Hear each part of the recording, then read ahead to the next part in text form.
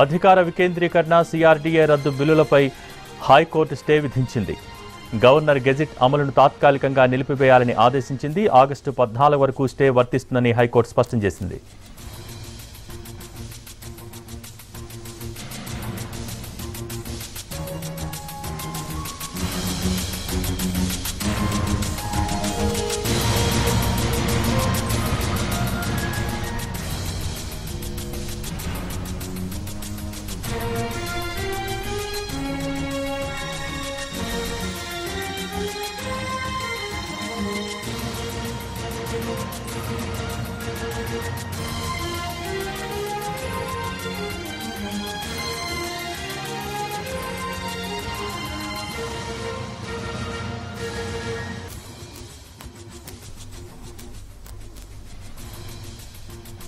Governor gazette పై status Coke సంబంధించి మరిన్ని details అందించేందుకు మా ప్రతినిధి శ్రీకాంత్ సిద్ధంగా ఉన్నారు. శ్రీకాంత్,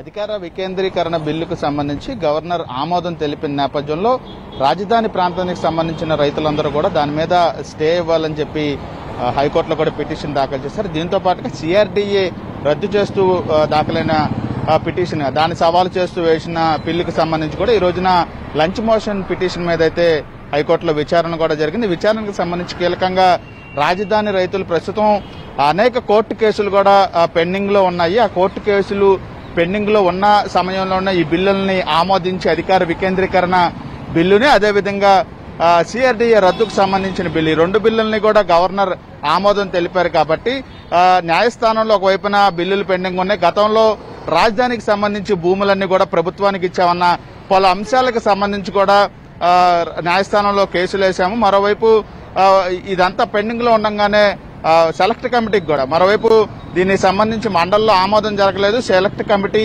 ఏర్పాటు చేయలేదు. ఈ అంశాలన్నిటికీ సంబంధించి కూడా కోర్టుల్లో వివిధ స్టేజుల్లో పిటిషన్లు పెండింగ్ లో ఉన్న నేపథ్యంలోనే గవర్నర్ కూడా బిల్లులన్నింటికి కూడా ఆమోదం తెలిపిన నేపథ్యంలో వీటి మీద స్టే ఇవ్వాలని చెప్పి రాజధాని రైతుల తరపున లాయర్లు అయితే శ్రావణ్ కుమార్, అదేవిధంగా సుప్రీంకోర్టు లాయర్ కూడా వాదనలు తెలిపిన నేపథ్యంలో అటు ప్రభుత్వం కూడా దీనికి సంబంధించి తన వాదనను కూడా హైకోర్టుకి చెప్పే ప్రయత్నం కూడా చేసింది. మొత్తం విన్నటువంటి న్యాయస్థానం త్రిసభ్య బెంచ్ ఈ మొత్తం వ్యవహారం మీద అయితే ప్రస్తుతం విచారణ కూడా జరిపింది.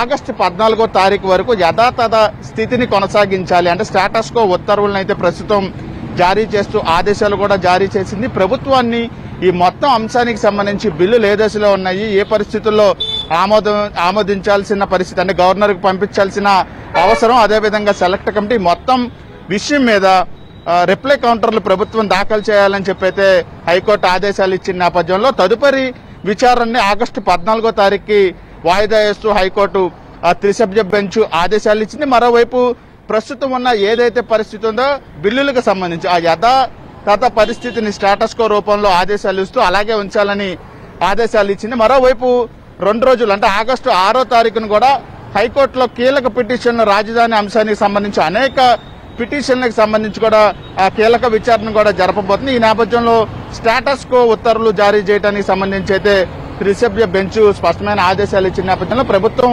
ఏ విధమైన విచారణ, ఏ విధమైన రిప్లై కౌంటర్ ఇస్తుంది అనేది ఆసక్తిగా ఉంది. మరోవైపు ఇప్పటికే ఆగస్టు 6వ తారీఖు లోపుగా రాజధాని నిర్ణయించే అంశం రాష్ట్ర ప్రభుత్వానిదా కేంద్ర ప్రభుత్వానిదా క్లియర్ గా చెప్పాలని చెప్పి అటు రాష్ట్ర ప్రభుత్వాన్ని ఇటు కేంద్ర ప్రభుత్వాన్ని కూడా హైకోర్టు ఆదేశించిన నేపథ్యంలో 6వ తారీఖు లోపు ఆ అంశానికి సంబంధించి కూడా అటు రాష్ట్ర ప్రభుత్వం కేంద్ర ప్రభుత్వాలు అఫిడవిట్లు దాఖలు చేయాల్సి ఉండాల్సిన పరిస్థితి కూడా ఈ 2 రోజుల్లో ఉన్న నేపథ్యంలో మొత్తం వ్యవహారం అయితే ప్రస్తుతం స్టేటస్ కో ఆదేశాలు ఇవ్వడంతో ఆగస్టు 14 వరకు అయితే ప్రస్తుతం యథాతథ పరిస్థితి అయితే బిల్లుల మీద ఉన్న పరిస్థితి అయితే ప్రస్తుతం ఆంధ్రప్రదేశ్ లో ఉంది.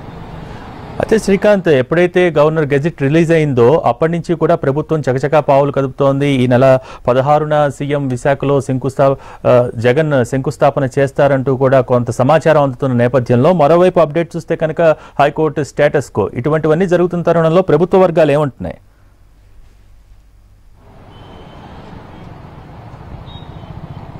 అంటే మొదటి నుంచి కూడా అధికారిక ఆమోదం లభించే వరకు కూడా ఎగ్జిక్యూటివ్ రాజధానిగా విశాఖపట్నాన్ని మేము తరలించమని చెప్పి ఒకవైపున ప్రభుత్వం చెబుతోంది.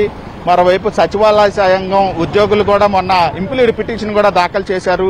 ప్రభుత్వం ఎప్పుడు కూడా ఓవరాల్ గా మమ్మల్ని వైజాగ్ వెళ్ళిపోవాలని చెప్పదు, ఖచ్చితంగా అధికారిక ఆదేశాలు బిల్లులు ఆమోదం అయిన తర్వాతే పంపిస్తామని చెప్పినట్టుగా కూడా సచివాలయ ఉద్యోగుల సంఘం తరఫున వెంకటరామరెడ్డి కూడా ఇంప్లీట్ పిటిషన్ కూడా హైకోర్టులో దాఖలు చేసిన నేపథ్యంలో గత వారంలో ఆ బిల్లుల్ని గవర్నర్ ఆమోదిస్తూ ఒక గెజిట్ నోటిఫికేషన్ కూడా పూర్తి బిల్లుల ఆమోదానికి సంబంధించి అటు సిఆర్డీఏ రద్దుకు సంబంధించి అధికార వికేంద్రీకరణ నేపథ్యంలో 3 రాజధానుల ఏర్పాటుకు సంబంధించి గవర్నర్ ఆమోదిస్తూ కూడా ఆ బిల్లులకు సంబంధించి ఆ ప్రకటన కూడా విడుదల చేసిన నేపథ్యంలో ప్రభుత్వం అధికారికంగా బిల్లుల ఆమోదం గవర్నర్ చేశారు కాబట్టి ఖచ్చితంగా విశాఖపట్నం వెళ్లడానికి ఒక రకంగా అటు ప్రభుత్వ యంత్రాంగంతో కానీ సీఎం కార్యాలయ శంకుస్థాపనకు కానీ ఏర్పాట్లు జరుగుతున్నాయనే ప్రచారం ఉంది. దీనికి సంబంధించి మంత్రులు కూడా దాన్ని వాస్తవం ఎలాగో మాకు బిల్లులు ఆమోదం చెందాయి కాబట్టి ముందుకెళ్తున్నామని చెప్పిన నేపథ్యంలో హైకోర్టులో బిల్లులు పెండింగ్ ఉన్న విషయానికి సంబంధించి కేసులకు సంబంధించి ఏదైతే పెండింగ్ ఉందో దానికి సంబంధించి ఈ 15వ తారీఖు లోపు శంకుస్థాపన కార్యక్రమాలు అయ్యేలోపు దానికి ఒక క్లారిటీ వచ్చే అవకాశాలు లేదని భావించినప్పటికీ ఈ రోజు జరిగిన త్రిసభ్య బెంచ్ విచారణలో ఖచ్చితంగా స్టేటస్ కో యథాతథ స్థితిని కొనసాగించాలని స్పష్టమైన ఆదేశాలు ఇచ్చిన నేపథ్యంలో అదేవిధంగా ప్రభుత్వం వీటన్నిటి మీద కౌంటర్ కూడా దాఖలు చేయాలని ఆదేశాలు ఇచ్చిన నేపథ్యంలో ఏ విధంగా ప్రభుత్వం తన సమాధానం ఈ మొత్తం ముందుకెళ్లడానికి సంబంధించి ఆగాల్సిన పరిస్థితి వస్తుందా లేకపోతే ఈ మొత్తం బిల్లుల ఆమోదానికి వచ్చిన పరిస్థితులు ఏంటనేది కోర్టుకి తెలియజేస్తుందా అనేది కన్విన్స్ చేసే విధంగా మనం వేచి చూడాల్సి ఉంది. 14వ తారీఖున దీనికి సంబంధించిన విచారణ ఉంది. కీలక పిటిషన్లకు సంబంధించి 6వ తారీఖున అధికారం రాజధాని నిర్ణయాధికారం రాష్ట్ర ప్రభుత్వం అనేది కేంద్రం అనేది కూడా 6వ తారీఖు లోపు కౌంటర్ అఫిడవిట్ వేయాలి కాబట్టి 6వ తారీఖు 14వ తారీఖు లోపు ఒక ప్రభుత్వం తరపు నుంచి ఒక క్లారిఫికేషన్ అయితే కోర్టుకు అందే అవకాశాలు అయితే స్పష్టంగా కనబడుతున్నాయి. సో ప్రస్తుతం స్టేటస్ కో అయితే విధించింది, తదుపరి విచారణను 14కు వాయిదా వేసింది హైకోర్టు. ఇటువంటి పరిస్థితుల నేపథ్యంలో తరలింపు ప్రక్రియ అనేది దానికి సంబంధించిన ఏర్పాట్లు కావచ్చు, కార్యాచరణ కావచ్చు, వీటన్నిటికీ తాత్కాలికంగా బ్రేక్ పడ్డట్టు మనం భావించవచ్చా?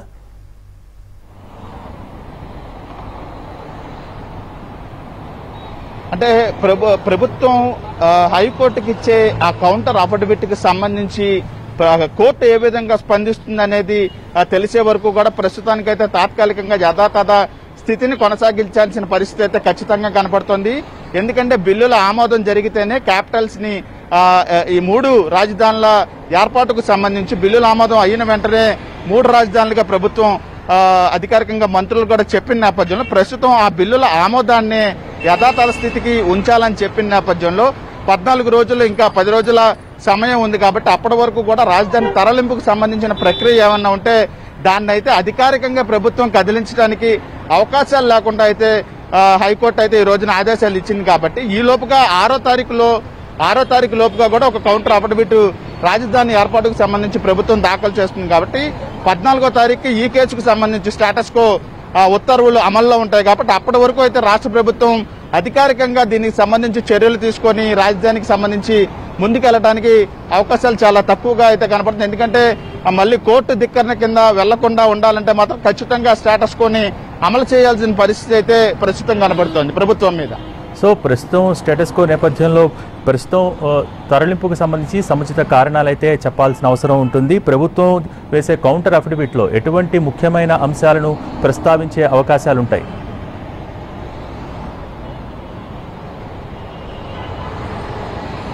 అంటే అన్ని రాష్ట్రంలో 13 జిల్లాలు ఉన్నాయి. 13 జిల్లాల్లో అన్ని ప్రాంతాల అభివృద్ధి మేము ముఖ్యంగా ముందుకు తీసుకెళ్తున్నాం అనే నినాదాన్ని ప్రభుత్వం చెబుతోంది. మరోవైపు రాజధానికి అమరావతిని మేమేమీ తీసేయట్లేదు, ఇది లెజిస్లేటివ్ క్యాపిటల్ గా ఇక్కడే ఉంటుంది, అసెంబ్లీ మండలి అన్ని ఇక్కడే ఉంటాయి, అసెంబ్లీ సమావేశాలు ఇక్కడే నిర్వహిస్తామని చెప్తోంది ప్రభుత్వం. మరోవైపు ఎగ్జిక్యూటివ్ క్యాపిటల్ గా ఉత్తరాంధ్ర ప్రాంతమంతా అభివృద్ధికి వెనకబడి ఉంది కాబట్టి అక్కడ ప్రాంతాన్ని కూడా పూర్తి స్థాయిలో అభివృద్ధి చేయాలంటే అక్కడ ఒక క్యాపిటల్ పెట్టాలన్న ఆలోచనని ప్రభుత్వం తెర మీదకి తీసుకొచ్చింది. ఇక హైకోర్టుని కర్నూలులో ఏర్పాటు చేయాలనుకుంటున్నాం కాబట్టి అక్కడ కూడా కర్నూలుని న్యాయ రాజధానిగా ప్రకటించాం కాబట్టి అన్ని ప్రాంతాలకి అటు రాయలసీమ కానీ ఉత్తరాంధ్రకు కానీ ఇక్కడ కృష్ణా గుంటూరు జిల్లాలకు సంబంధించి అమరావతిని కానీ 3 ప్రాంతాలని అభివృద్ధి చేయడంలో భాగంగానే ఈ అంశాన్ని తెర మీదకి తీసుకొచ్చామని చెప్పి ప్రభుత్వం చెప్తుంది. ఇది కూడా అధికారికంగా బిల్లుల ఆమోదం ద్వారానే మేము ముందుకెళ్తున్నాము.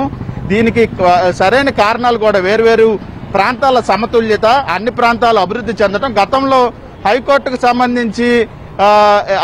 సంబంధించి గతంలో కూడా హైదరాబాద్ లో కూడా ఇదే విధంగా అభివృద్ధి అంతా ఒకే ప్రాంతానికి కేంద్రీకృతం చేయడం వల్ల చాలా అసమానతలు వచ్చాయి కాబట్టి ప్రస్తుతం అలాంటి పరిస్థితులు రాకుండా అన్ని ప్రాంతాలని అభివృద్ధి చేస్తున్నాం, 3 రాజధానులను డెవలప్ చేస్తున్నాం. అందులో భాగంగానే ఎగ్జిక్యూటివ్ రాజధానిగా వెనుకబడిన ఉత్తరాంధ్రకి విశాఖను తీసుకెళ్తున్నామని ప్రభుత్వం చెప్తుంది. ఇక అమరావతికి సంబంధించి ఇక్కడ లెజిస్లేటివ్ క్యాపిటల్ని పెడుతున్నాము, భూములన్నీ డెవలప్ చేస్తాము, రైతులకు ఎటువంటి అన్యాయం చేయము, వాళ్ళకి అభివృద్ధి చేసిన ఫ్లాట్లు తిరిగి అప్పచెప్తామని కూడా ఇక్కడ అమరావతి రైతులు చెప్తున్న నేపథ్యంలో ఈ మొత్తం విషయాన్ని కౌంటర్ అఫిడవిట్ రూపంలో అయితే హైకోర్టుకి రాష్ట్ర ప్రభుత్వం అందించబోతోంది.